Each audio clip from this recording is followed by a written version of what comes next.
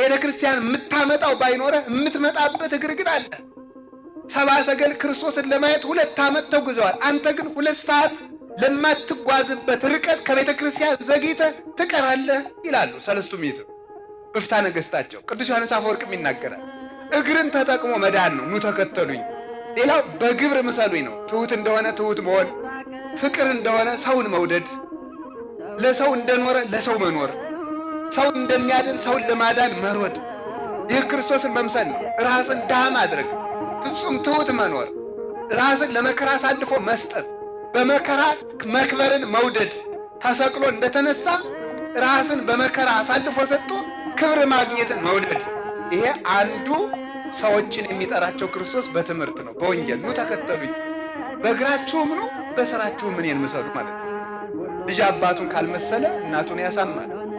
ክርስቲያን አባታቸው ክርስቶስን ካልመሰሉ ቤተክርስቲያን